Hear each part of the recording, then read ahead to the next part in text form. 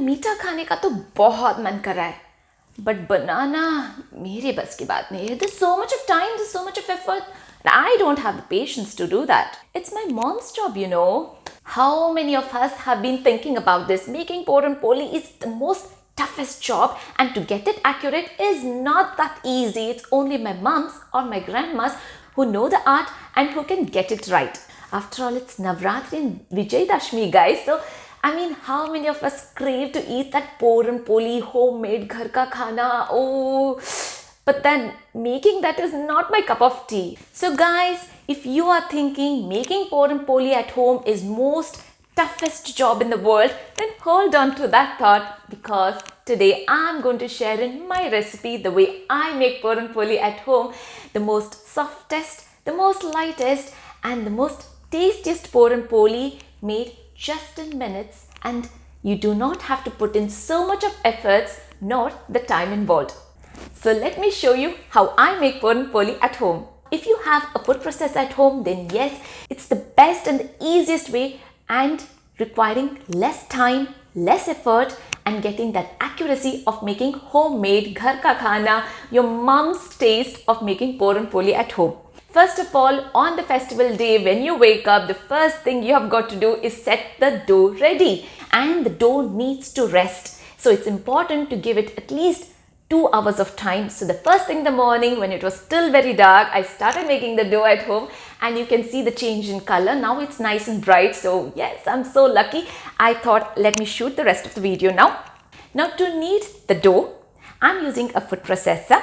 To make the dough, we normally use this tool, but I would suggest you all to use the one which has blades on it. And I insert the one which has blades into the food processor, and I measure in the flour using a stainless steel cup. Now this is the measurement I prefer to use at home for family of 4 of us, and you all know how fond I am using the stainless steel cup.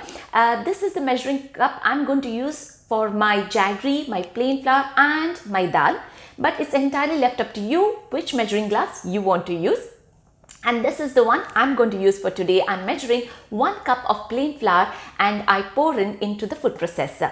Now the reason of using the blades, the tool with the blades into the food processor, is to knead it, beat it, cut the flour. It just beats in as in the ancient ways of my mom's or my grandma used to use it and beat the dough.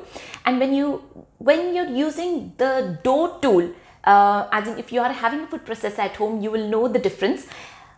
For chapati ka atta, when we are making chapati ka atta, we use the dough tool. And for puran poli, we don't want it to be like aloo ka paratha or anything. We want it to be very soft, very thin, very light in weight. I prefer to have it more thin consistency of the dough, and I add in lot of water, not like chapati ka atta, which is very firm. Pinch of salt into the flour. It's entirely optional whether you want to add in salt or not, but I prefer to add in a pinch of salt just to get that flavor right. It's festival season, so please be generous with the amount of oil you add in. I give it a good whiz and add in water. And also, do not worry the amount of water the plain flour takes in, because it's absolutely alright if we allow the dough to set in for quite long time and the water will be absorbed. 2 to 3 hours is a good amount of time to set the dough. Now to make the stuffing of the puran poli, you can use chana dal, you can use tur dal, or you can make a combination of tur dal and chana dal half and half. I prefer using tur dal instead of chana dal because I find it lighter and easier to digest tur dal. So I measure in the same amount of tur dal in the measuring cup, and I give it a good wash at least 2 to 3 times, and then I pour in a lot of water and give it a boil. As the tur dal is getting boiled, you will see there's a froth accumulated on the top layer. So make sure you scoop out the froth on the top and get rid of it. The water of the tur dal, yes, it is. Save up the water, do not drain the water of the tur dal. It takes around 10 to 15 minutes of your time to see the tur dal is softened. Also, very importantly, when you're making a sweet dish, the number of ingredients used are quite less. The measurements are also very clear. But it's the art and the knack of those little things that you need to bear in mind.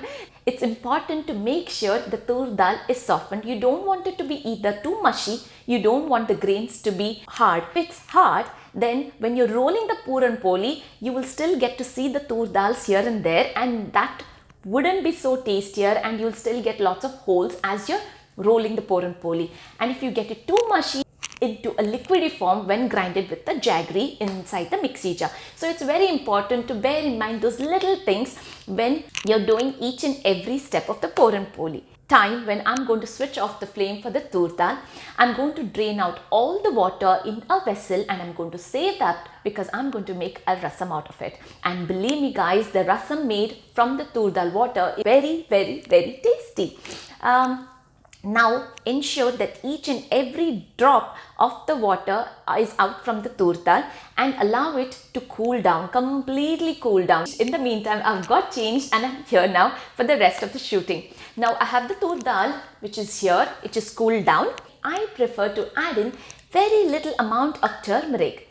Now adding the turmeric is good for health. A pinch of turmeric is to get that color, and I'm going to measure in using the same stainless steel cup for jaggery. I'm going to add in 2 cardamom pods. I'm going to crush them into fine powder and add it to the tur dal. The freshly ground cardamom powder. I'm going to combine all of it together, the tur dal, jaggery, cardamom powder. Transfer this into a mixie jar.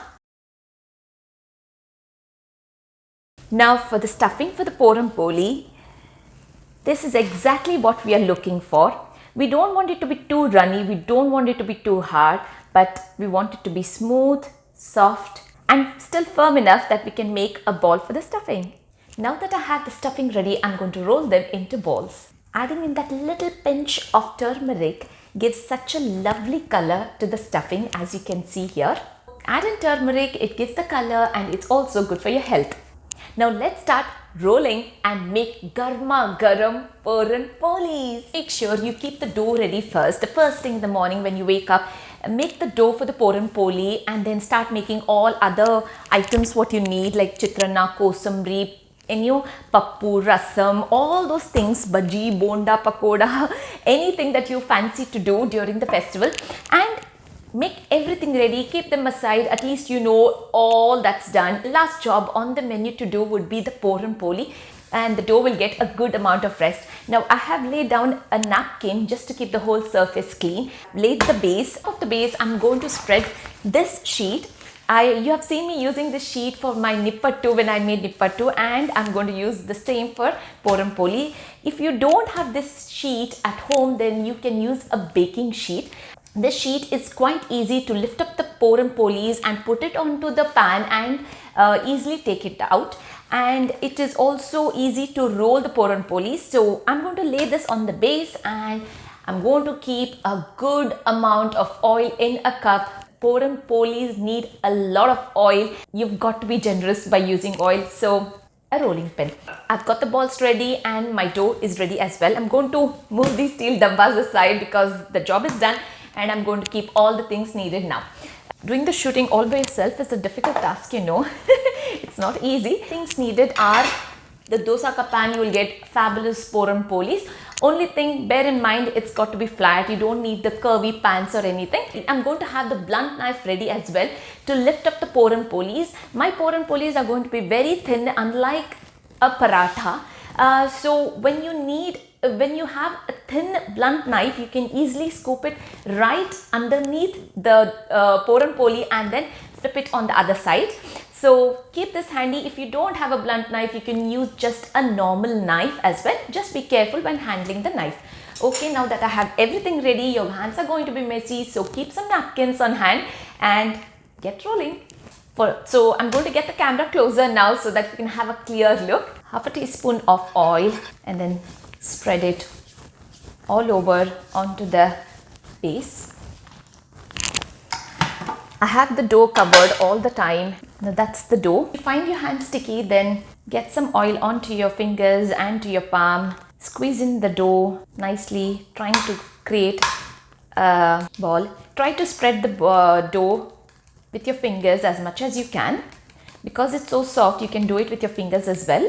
Now make sure the center portion is thicker. Try to spread the edges as much as you can. Also ensure to cover the dough, making sure the dough is always covered.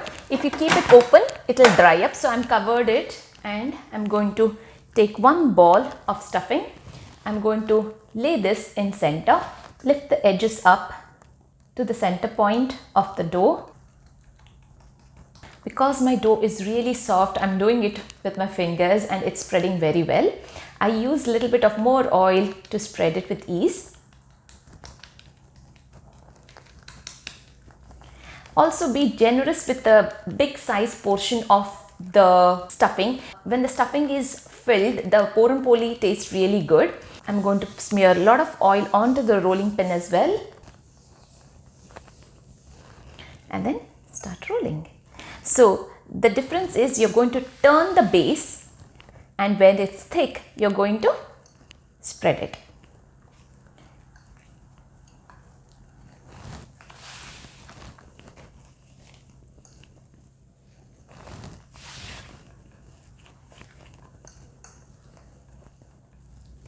So basically you're not putting a lot of effort, you're just rolling the pin with very light hands.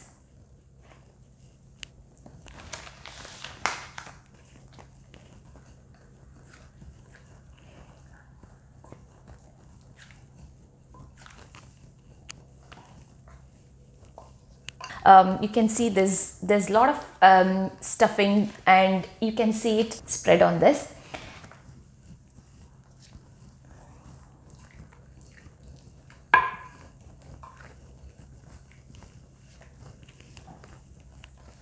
I think I'm happy with the way it is. So I'm going to turn on the flame now. Now the very important thing is to bear in mind is the puran polis get done very fast, and you don't have to have them for a long time onto the pan. You need to flip them over and take it out.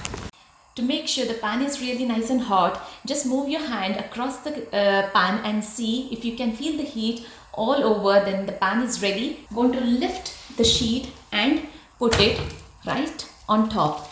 I'm going to use a blunt knife and just very gently I'm going to put it onto the puran poli, just so that it spreads out and I can easily lift up the sheet. You can see the change in color.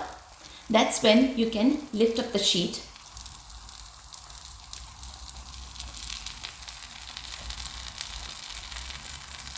Very gently, just lift it up.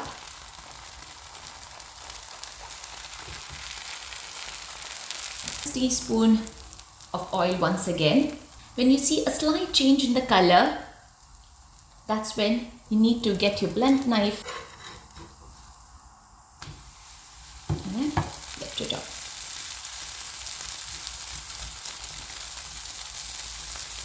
Dab, dab, dab, dab, dab. I'm going to turn off the flame, lift up the polis. So here is one puran poli ready. The softness of the puran poli is so good that it just melts in your mouth. Just clean up the edges if you have any for the next puran poli.